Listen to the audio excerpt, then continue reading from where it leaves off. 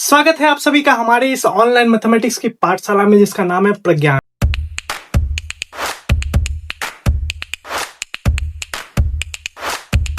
जैसा कि आप लोगों को पता है कि हम लोग यहाँ पे सॉल्व करते हैं 11th क्लास की मैथमेटिक्स की एनसीईआरटी।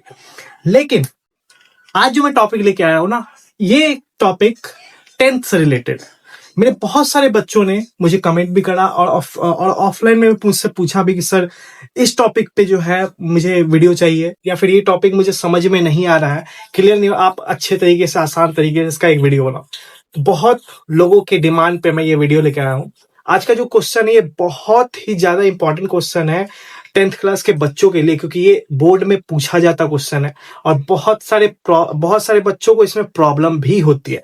वैसे इसमें कोई सॉल्यूशन नहीं होता है, ये बस एक थ्योरेटिकली सॉल्यूशन वाला प्रॉब्लम है। बट इसको मैं आज इतनी आसान तरीके से आपको समझाऊंगा कि आप इससे रिलेटेड और भी बहुत सारे क्वेश्चन आसानी से सॉल्व कर सकोगे। तो देखते हैं आज का क्वेश्चन क्या है।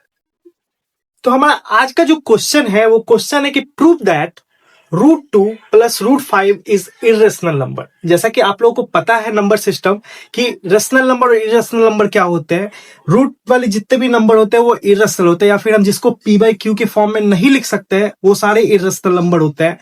बट यहां पे प्रूफ ही करना है कि ये इरेशनल है, तो हम कैसे करेंगे? तो इस क्वेश्चन को सॉल्व करने के लिए एक कॉन्ट्राडिक्शन रूल होता है जिसको आप समझ के आप इसको आसानी से सॉल्व कर सकते हो। सबसे पहले अगर ये क्वेश्चन पूछ रहा है कि √2 प्लस √5 एक इरेशनल नंबर है कि नहीं, प्रूफ करें, तो आपको एज्यूम करना होगा कि ये एक रेशनल नंबर है। तो आप लेट एज्यूम करिए, लेट एज्यूम दैट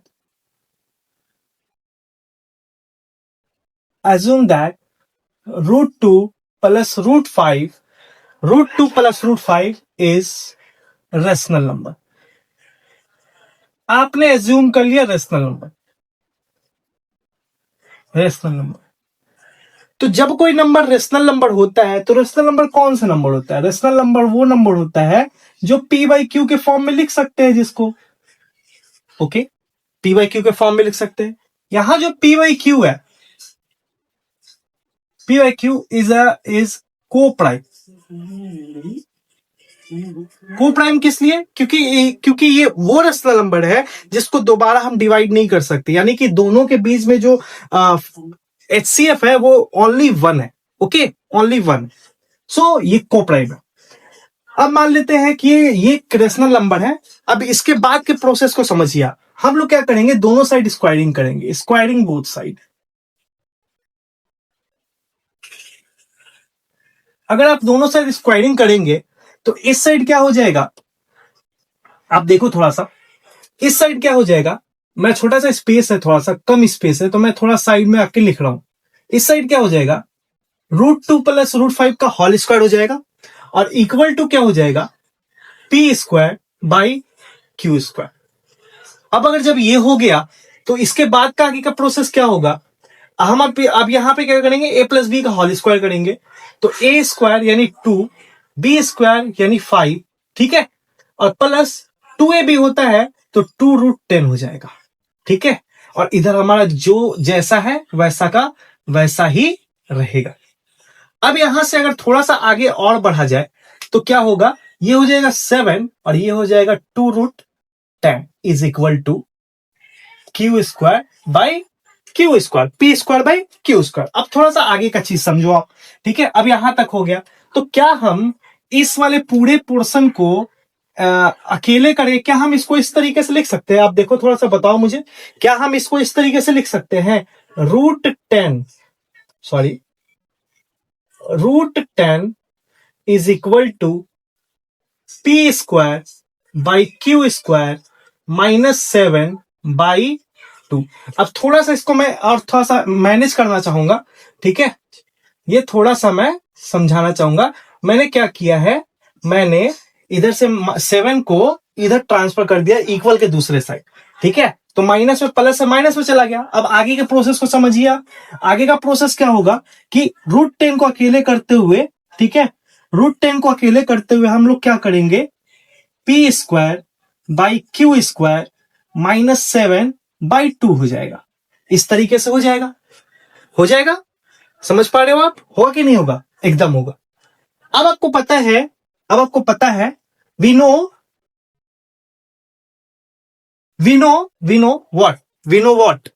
व्हाट, ठीक है,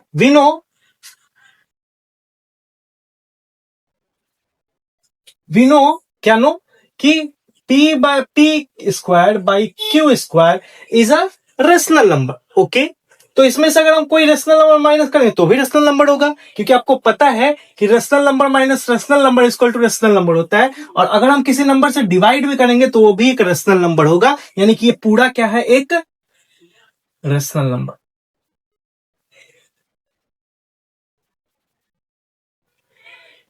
रेशनल नंबर। बट √10 जो है इज इररेशनल नंबर, क्योंकि रूट वाले सारे नंबर क्या होते हैं, इररेशनल नंबर होते हैं, इररेशनल नंबर होते हैं। ठीक है, ये तो आपको पता है। ठीक है, तो क्या रेशनल नंबर और इररेशनल नंबर इक्वल हो सकते हैं? क्या कभी आपने ऐसा देखा है कि इररेशनल नंबर रेशनल नंबर के इक्वल हो? कभी ऐसा हो सकता है? बट यहां पर तो दिखाया गया है कि इररेशनल नंबर रेशनल नंबर के इक्वल हो जाता है। थोड़ा सा मैं इसको माइनस करना चाहूंगा नीचे की ओर। ठीक है, इसको थोड़ा सा मैं नीचे कर दूं ताकि आपको चीजें अच्छे से समझ में आए। ये यहां पे है, ठीक है, ये 10 है। ठीक है, क्या कभी इररेशनल नंबर रेशनल नंबर के इक्वल हो सकता है? नहीं हो सकता। ठीक है, नहीं हो सकता। ऑल्सो वी नो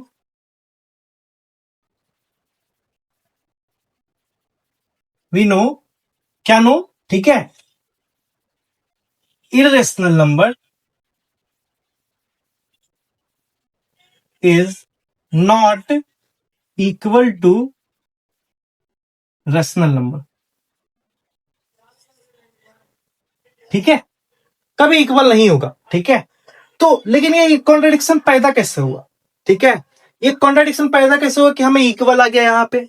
तो कॉन्ट्रडिक्शन ये यूं पैदा हुआ, ठीक है, दिस कॉन्ट्रडिक्शन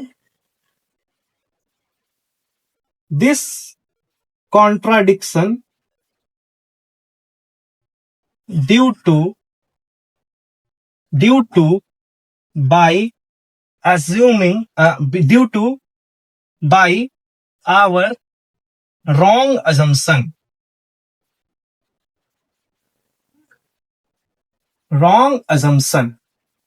क्या wrong assumption? कि √2 and √5 is rational number, it is irrational।